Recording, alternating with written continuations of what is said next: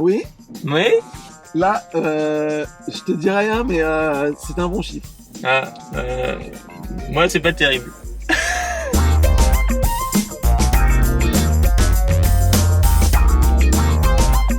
Bonjour, bienvenue sur la chaîne EV. Aujourd'hui, premier Ioniq 28 Challenge. Qui c'est qui s'y colle? La La Ioniq Ioniq 5 5, dans sa version P45, 4 roues motrices, 300 chevaux, 600 Nm de couple, 0 à 100 en 5 secondes 2.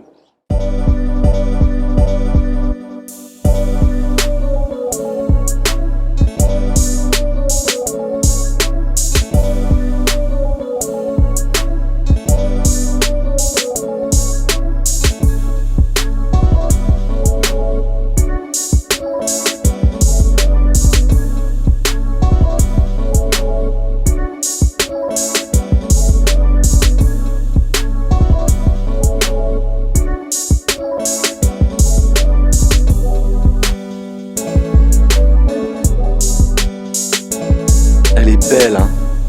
Elle est vraiment belle. Donc, notre parcours, c'est de la ville, de la route, de l'autoroute. On relève les consos à chaque tronçon et à la fin, on regarde la différence entre les deux et on fait un classement. En ayant comme référence à chaque fois la Ioniq 28 qui est aujourd'hui encore une des références de l'efficience. On se doute que la Ioniq 5, elle va consommer beaucoup plus, mais on verra comment elle s'en sort le jour où on essaiera une ID4, une Mustang Mach-E, etc., etc. Et vous pouvez retrouver tous les chiffres sur notre site web. La chaîne ev.fr. Bim. Et inscrivez-vous à la newsletter qui vous permettra d'avoir les dernières actualités, des tests à venir. Et vous pouvez nous suivre aussi sur Instagram, parce que sur Instagram, on les voile un petit peu l'envers du décor. Voilà, vous serez au courant de choses en avant-première, donc abonnez-vous sur Instagram. Alors les trips sont mis à 0, après recharge, info cumulée. La température de la clim à 22, température extérieure à 16 degrés. Tout est à 0 de mon côté. Allez, moi aussi, c'est pareil, on y va. Bon bah on est parti.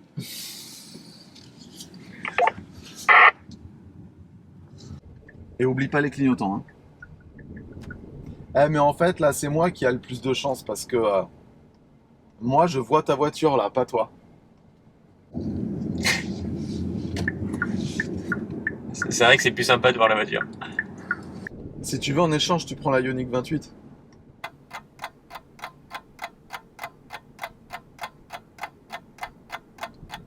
Bon non, a priori non.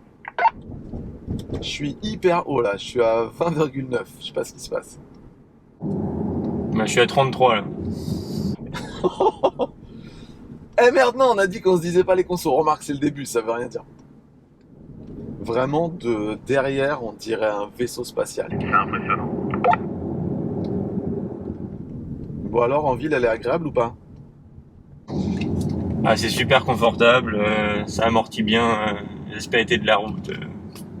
Au top quoi. Mais surtout la direction qui est super souple et agréable par rapport à la Ioniq 28 en fait. Toujours tout droit là? Alors là si tu vas tout droit tu termines dans le port donc je te conseille de tourner à gauche. Ça me va, ça me va. Après on pourrait tester les capacités amphibies de la Ioniq 5. Bah on dit que c'est un paquebot alors peut-être que ça flotte hein. Ils respectent vraiment parce que là tout le monde roule à 70 mais le panneau il est dans 20 mètres, ils respectent, c'est bien, bravo. Bravo monsieur Alexandre. Pour l'instant je suis un tout petit peu plus haut que lors du premier essai. En même temps il fait 5 degrés de moins. Je te dirais pas chiffre. Bah, je préfère pas te dire le mien de toute façon donc. Ah ouais merde. Ah la priorité à droite. Putain je vais le dénoncer à la police. Quand tu vois, à la fin de zone 30, il l'a vu nickel, hein. Je suis repassé à 50 direct. Par contre elle a pas vu qu'il y avait une priorité à droite là ta voiture. Il y avait pas un stop à droite? Non. Tu es un délinquant. Donc là on est dans Arcachon. On a fait la moitié de notre parcours urbain. On a 39 km/h de moyenne, donc on est un peu plus rapide que la dernière fois. On a fait 15 minutes de route. Voilà, on est à la moitié du trajet pour l'instant. Au niveau conso, bah je suis bien en fait. Je suis très bien. Là je me dis que lui, il doit être à 64 kWh au 100 avec son tank. Tu t'es mis en quelle régénération? Je suis en e-pédale du coup au max quoi. nickel. Moi, je suis en 3. Parce que je n'ai pas de e-pédale. Bah, depuis le début de l'essai, j'ai pas touché à la pédale de frein en fait. Mais non, ma petite Ioniq, t'es pas du tout dépassée technologiquement. Un peu quand même. Avec cette lumière le matin, c'est quand même très très joli.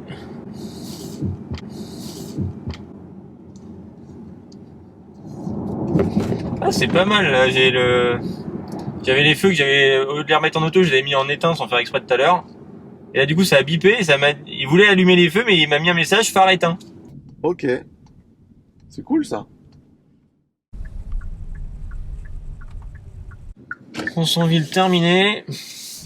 On va prendre les relevés de consommation.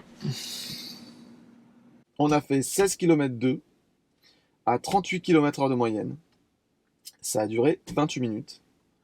Et je vous dirai pas combien on a consommé. Je le prends en photo. Oui. Oui. Là, je te dis rien, mais c'est un bon chiffre. Ah, moi c'est pas terrible.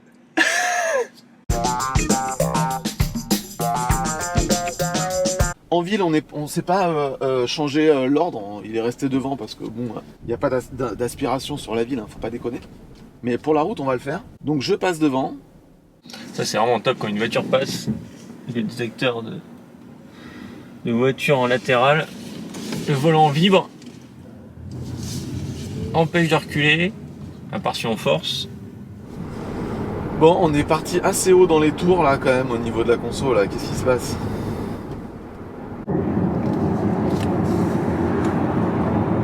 Bon, j'ai faussé un peu le petit Axel quand même hein, pour rester derrière toi. Ouais, mais en arrivant sur moi, tu vas ralentir et tu vas régénérer. Ta voiture, elle lit les lignes là ou pas? Ah ouais, il est actif. Moi aussi, hein. Donc voilà. Hein. C'est pas parce que t'as une Ioniq 5 là. Ah, mais moi quand je mords les lignes, il y a la rate augmentée qui me met des afficheurs orange au milieu de la route. Pas moi. Je vais faire un tour de rond-point en plus au prochain rond-point et tu me passes devant, d'accord? Ok. Donc là, hop, je le laisse passer devant. Bon là il détecte pas de ligne pour l'activation du volant, tu sais la 620 de conduite, il le détecte juste pour l'avertissement de franchissement. Ah ok, là t'as perdu en gros l'autopilote quoi. C'est ça, là il détecte juste la ligne de gauche, le petit affichage des lignes il est marqué en vert sur le tableau de bord, mais par contre sur l'arrêté augmenté tu vois les lignes qui détectent, et là tu vois qu'il n'y a que celle de gauche qui est détectée, et le volant du coup je peux plus l'activer, il est grisé. Ah, pour le moment c'est pas si cata que ça, hein, la conso, je m'attendais à pire, même pour la route. Et là quand t'es comme ça, à vitesse stabilisée à 80, t'as les deux moteurs qui tournent ou t'en as qu'un? Attends, je regarde. Non, là je suis que sur le train arrière, à une ou deux barres sur le train arrière et rien sur l'avant. En sachant qu'il doit y avoir une dizaine de barres sur la jauge d'indication. Cette fois on peut se mettre à 90. Je suis calé à 90. Bon, j'ai l'impression que la Ioniq 5 elle a un bruit de moteur un peu plus prononcé que la Ioniq 28. Parce que j'ai un léger sifflement quand je conduis. Bah, quand tu penses qu'il y a le double vitrage et tout, et que tu l'entends, c'est que. Après, c'est peut-être lié au moteur avant, peut-être qu'en étant que propulsion, tu l'entendras moins, je sais pas. Donc je sors là, hein. Ouais, tu sors là. Voilà, on termine le tronçon route. Ah, les couleurs dorées là. C'est beau. Elle est belle cette voiture. On a terminé notre passage routier. Donc, on a consommé un peu plus que la dernière fois. On a fait 25 km tout pile. 66 km/h de moyenne en 24 minutes. T'as fait 25 km tout pile aussi? 25.1. Alors la conso elle est un petit peu moins bonne que la dernière fois, mais on a fait un trajet quand même un peu plus sport, quoi. Donc on a remis à zéro, on part pour le tronçon autoroute. Allez, montre-nous ce qu'elle a dans le ventre avec une accélération. Wouh! Là, l'accélération à 130, je vais le perdre de vue. Donc une accélération prononcée, mais pas à pied au plancher, hein, sinon on s'envole. Bon, ça va, hein. Je crois qu'il a accéléré gentiment. On peut directement changer de voie sans même toucher le volant, avec l'autopilote activé. Si je mets juste le clignotant une impulsion sur la gauche. Il faut quand même que je touche le volant pour montrer que je suis bien présent, mais sans impulsion. Elle change de voie toute seule. Et elle se raligne. Et là pareil. Donc là, si je mets le clignotant plus une impulsion, la voiture va changer de voie toute seule. Et se réinsérer sans que je touche à rien. Hop. Et hop, et retirer le clignotant.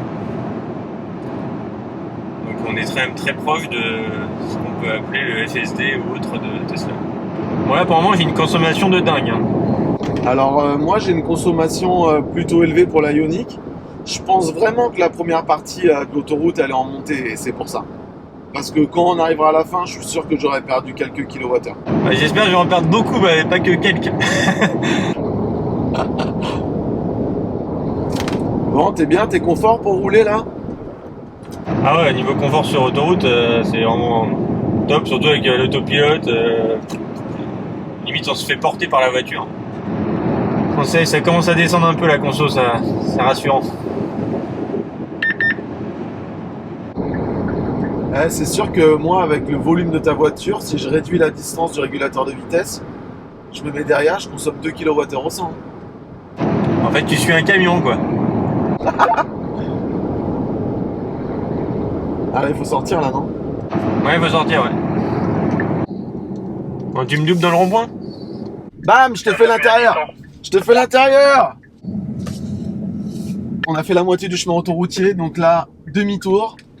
Je passe devant pour pas qu'il y ait un avantage d'aérodynamisme avec une voiture qui est devant, une voiture qui suit. Accélération! Ouais, j'ai accéléré piano, parce que je voulais pas te mettre misère, quoi. Elle accélère fort. Ah bah, si tu mets pied dedans, oui, c'est un peu une fusée, quand même. Ouais, c'est ça. En plus, c'est une 4 roues motrices, donc ça doit vraiment arracher, quoi. C'est ça, avec les 600 Nm de couple et 306 chevaux, si je dis pas de bêtises. Un 0 à 100 en 5 secondes 2. Bon, on se fait un petit point là ou pas? Ouais, allez. Alors, on a fait 54 km, 119 km/h de moyenne. Ça fait 30 minutes qu'on roule. Et la conso, je vous la dirai pas. Bon, moi j'ai la conso qui baisse hein, petit à petit, petit à petit. Ouais, j'aimerais bien que ça baisse plus que ça, mais ça reste des valeurs quand même élevées. Hein.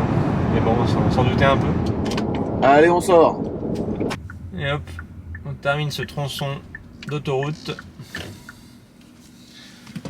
On prend les valeurs. Donc on a fait 87,3 km à 118 km/h de moyenne. Ça a mis 47 minutes. Donc je pense que c'est assez représentatif.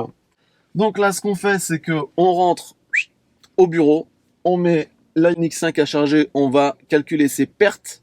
Je pense que sa Ioniq 5 sur l'autoroute, elle a envoyé du lourd. Donc là, on rentre au bureau, on recharge, on vous donne les chiffres. Ce qui est pratique, c'est qu'on peut mettre les câbles devant. Donc dans la P45 qui est en 4 roues motrices, forcément, le coffre est pas très profond. On a 27 litres, il me semble. Hop. Attrape électrique.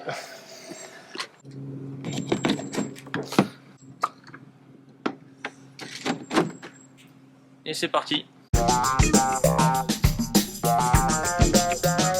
Bon allez, c'est le grand moment. Ça. Je commence parce que bon, la Ioniq 28 on connaît un peu. Ouais. Il n'y a pas de surprise. Donc attention en ville, 9,2.